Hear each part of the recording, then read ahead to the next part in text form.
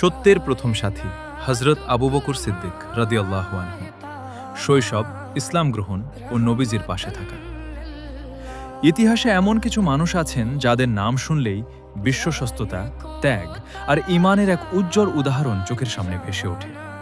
তাদের একজন হলেন হযরত আবু বকর সিদ্দিক রাদিয়াল্লাহু আনহু। শৈশব ও পরিচয়। হযরত আবু বকর রাদিয়াল্লাহু আনহুর আসল নাম ছিল আব্দুল্লাহ ইবনে আবি কুহাফা। তিনি মক্কার সম্মানিত কুরাইশ বংশে জন্মগ্রহণ করেন। ছোটবেলা থেকেই তিনি ছিলেন অত্যন্ত ভদ্র, জ্ঞানী এবং সত্যবাদী মানুষ। ব্যবসায় তিনি ছিলেন সফল আর মানুষের কাছে ছিলেন অত্যন্ত বিশ্বস্ত। সবচেয়ে আশ্চর্যের বিষয় হল, জাহিলিয়াত যুগেও তিনি কখনো মদ পান করেননি, মিথ্যা বলেননি, এমনকি মূর্তি পূজাতেও জড়াননি।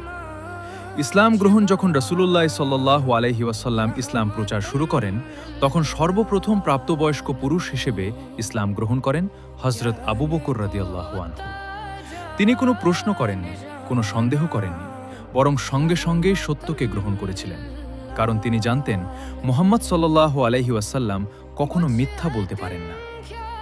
একদিন যখন মানুষ নবীজি সাল্লাল্লাহু আলাইহি ওয়াসাল্লামের মিরাজের ঘটনা শুনে সন্দেহ করছিল, তখন আবু বকর রাদিয়াল্লাহু আনহু বলেছিলেন, যদি মুহাম্মদ সাল্লাল্লাহু আলাইহি ওয়াসাল্লাম বলে থাকেন তবে অবশ্যই তা সত্য।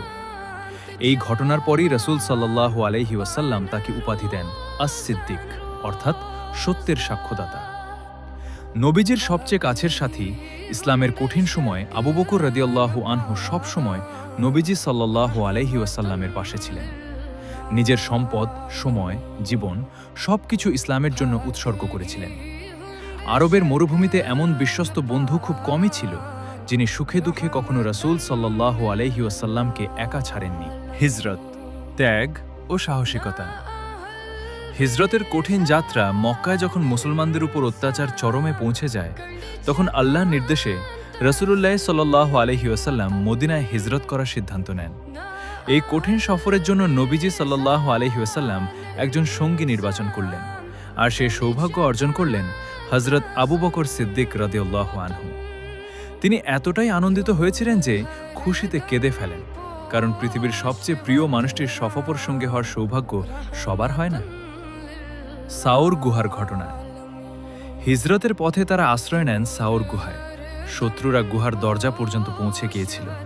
সেই ভয়াবহ মুহূর্তে আবু বকর রাদিয়াল্লাহু আনহু নিজের জীবনের ভয় করেননি, বরং চিন্তা করছিলেন রাসূল সাল্লাল্লাহু আলাইহি ওয়াসাল্লামের নিরাপত্তা নিয়ে।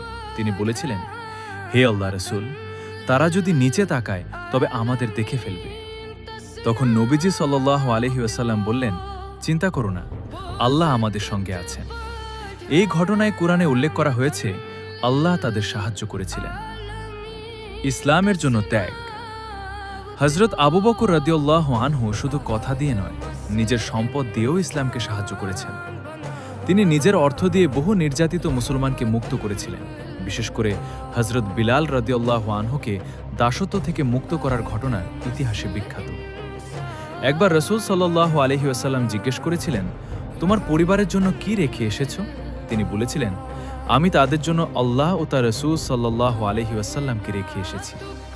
এই ভালোবাসা আর ত্যাগই তাকে ইতিহাসে অনন্য করে রেখেছে।